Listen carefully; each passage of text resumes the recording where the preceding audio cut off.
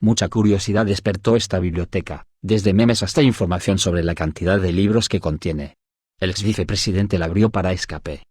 El escritor argentino Jorge Luis Borges dio una de las descripciones más exactas. Le decía universo a lo que los demás llamamos biblioteca, y es que un número, que parece infinito, de libros que se ordenan en un recinto no pueden ser más que puertas que transportan al lector a otros mundos y realidades. Eso lo sabe Álvaro García Linera, ex vicepresidente de Bolivia, quien tiene una biblioteca con varios miles de libros, como él dice, ya que no lleva la cuenta exacta de la cantidad que posee porque no los colecciona, ni son un adorno. Son objetos utilitarios que lee y usa para su constante formación política y para su trabajo intelectual como profesor de universidades internacionales en las que enseña. Los libros son mi aire y mi alimento. Mi madre cuidaba a 4 hijos, trabajaba, nos alimentaba y nos mandaba al colegio. Ella no poseía ninguna propiedad y éramos una familia con carencias económicas, pero siempre sacaba al final de mes unos 20 o 30 pesos, de no sé dónde, que había ahorrado, para darme un libro. Me incentivó a la lectura, rememora. El adolescente de 14 años de aquel entonces acudía con ese dinero a comprar ejemplares para saciar su vasta curiosidad. En esos trajines, le llegó Espartaco, del escritor Howard Phillips. En esa historia, el gladiador encabezó una rebelión de esclavos y puso en jaque al poder de la República Romana, lo que lo consolidó como un héroe de la lucha contra la opresión e injusticias. Ese relato fue el puente que lo llevó a buscar lecturas más profundas sobre marxismo, comunismo y filosofía, ya que previo a ello leía historietas, como la gran mayoría de los jóvenes de su edad. Foto, Rodwy Cazón. Estábamos en dictadura de Hugo Banzer, pero ya había un despertar social, se estaban reactivando los sindicatos y las movilizaciones. Entonces los jóvenes mayores que yo atravesaban un proceso de radicalización. Los partidos PS1, MIR, ELN, PCML y por ya hacían su trabajo en las universidades y permeaba el debate de izquierda. Nosotros éramos muy jóvenes. Recuerdo que en mi casa siempre había un policopiado o algún texto de izquierda porque el mayor de mis hermanos aparecía con estos folletos, con música de protesta y lo absorbí. Me politicé con la politización de mi generación mayor, recuerda el académico marxista. Además, su madre conversaba con él y sus otros hijos sobre las lecturas que hizo de filósofos como Jean-Paul Sartre, Immanuel Kant y Montesquieu. Eso iba influyendo en mis elecciones. Así iba a la universidad, San Simón, a buscarlos. Como estábamos en dictadura, los libros de marxismo los traían a la universidad porque era un tiempo inestable y no se podía conseguir en las librerías a menos que uno se haga amigo del dueño. Me hice amigo de don Werner Guttentag, de los amigos del libro en Cochabamba. Como ya me conocía, me metí a un cuartito donde estaban escondidos los libros de izquierda. Los 3 tomos de El Capital, de Karl Marx, fue una de las primeras lecturas que se propuso completar durante sus vacaciones escolares. Tenía 15 años y evidentemente no entendía el 95% de lo que estaba ahí, pero significó una disciplina porque cada tomo tenía 800, 600 y 1000 páginas, respectivamente. Allí comencé a hacer anotaciones. Tras volver a clases expuse esa lectura en el colegio a mis amigotes y si yo no había entendido mucho leyéndolos, ellos menos. Lecturas. 3 textos que el político recomienda a los jóvenes para detonar el pensamiento crítico. Foto, Rodwy Cazón. Tras esa experiencia se dio cuenta de que le faltaba más bagaje y fue el detonante para seguir leyendo. Veía a mis mayores hablar de un autor y de otro.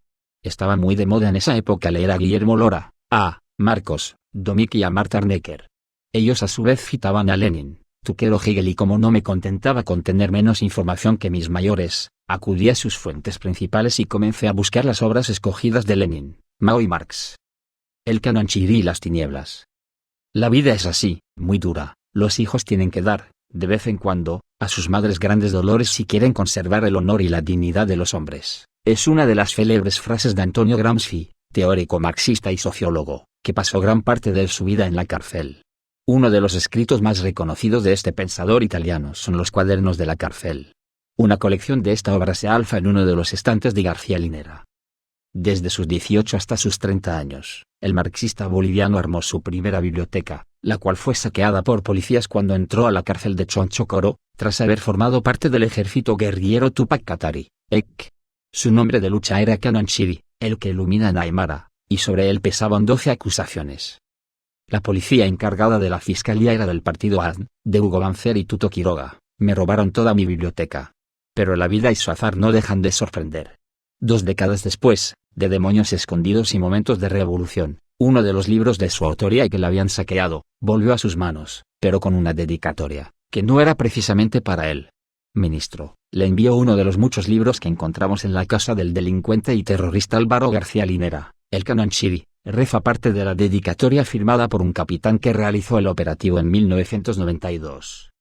Es el relato y el testimonio del saqueo que viví, señala Sereno, pese a que pasó 5 años en la cárcel, fue torturado y los 2 primeros meses estuvo aislado sin poder ver ni hablar con nadie. En la cárcel leí 900 libros durante los 5 años que estuve recluido, recuerda, pero fue una lucha lograr que le permitieran introducirlos al penal de máxima seguridad de Chonchocoro porque en principio no permitían que ingrese ni un periódico semanal. La pelea duró meses, pero en el 7º mes logró que ingresen los tomos. En la cárcel es muy fácil desplomarse moralmente, más aún si no sabes si vas a estar 10 o 20 años. Entonces, tienes 3 opciones: eludir el mundo con las drogas, aferrarte al trabajo o leer. García Linera se refugió en la lectura, pese a que sus libros eran revisados para ver si eran subversivos o no y, en principio, le permitieron meter solo uno por mes. También trabajó en un taller del recinto penitenciario, produciendo muebles de bambú, hasta que el lugar se quemó en un motín en el que los presos reclamaban un sueldo por las largas jornadas de trabajo. Los libros fueron su refugio. Para muestra un botón, cuando salió de prisión sostenía una bolsita con sus pocas mudas de ropa y un gangocho. Dentro estaban todos los libros que puedo guardar en su celda pese a que para que entre un nuevo libro le obligaban a devolver el anterior. Foto, Rodwi Cazón. Epopeya indianista. En 1997 armé mi salida de Chonchocoro una media hora antes porque pensé capaz no me dejan irme. En la litera tenía ya una colección de libros. Aquellos ejemplares que le acompañaron durante el encierro fueron El Capital y libros de cronistas españoles que describían sus viajes y experiencias durante la conquista. Esos tomos fueron los cimientos para reconstruir su actual e imponente biblioteca, que hoy se divide en 4 habitaciones de su casa. Así como la biblioteca de Alejandría fue capturada por un ejército musulmán que, según cuenta la historia, habría destruido con fuego el lugar cumpliendo una orden de un califa, la posibilidad de perder este templo del conocimiento se hizo carne en noviembre de 2019. Y se iba a quemar todo si se entraban a mi casa los golpistas el 19 de noviembre. Amenazaron con ello. Gracias a 15 personas, que no sé quiénes son, y mis 2 cachorras que resguardaron este lugar no se concretó el hecho, cuenta el ex vicepresidente. Los recuerdos se arremolinan en la cabeza del docente universitario cuando mira los lomos de las publicaciones y localiza algún ejemplar que marcó algún episodio de su vida. ¿Qué lo acercó al indianismo? Y se le pregunta y responde que el bloqueo de caminos de 1979 de la Federación Campesina, cuando aún era un estudiante de 17 años. En aquel momento, la Central Obrera Boliviana, COB, era el referente político y llamó a que levanten el bloqueo, pero la Federación Campesina no lo hizo. En ese tiempo había solo Canal 7, en blanco y negro, y ahí salía el dirigente de la COB y el representante campesino. Esa imagen me impactó porque eran unos campesinos indígenas que no obedecían el mando obrero, hablaban otro idioma y vivían junto a nosotros. Dijeron que bloquearían la paz y primero bloquearon la entrada al lago. Una reminiscencia del cerco de Tupac Katari en la colonia. El tema indígena se quedó en mí por esta ruptura cognitiva en mi mente de comunismo, socialismo, marxismo obrero y ahora aparecían los aymaras.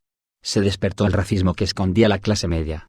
Comencé a buscar la historia boliviana y me encontré con textos de Fausto Reinaga como El indio y el cholaje boliviano.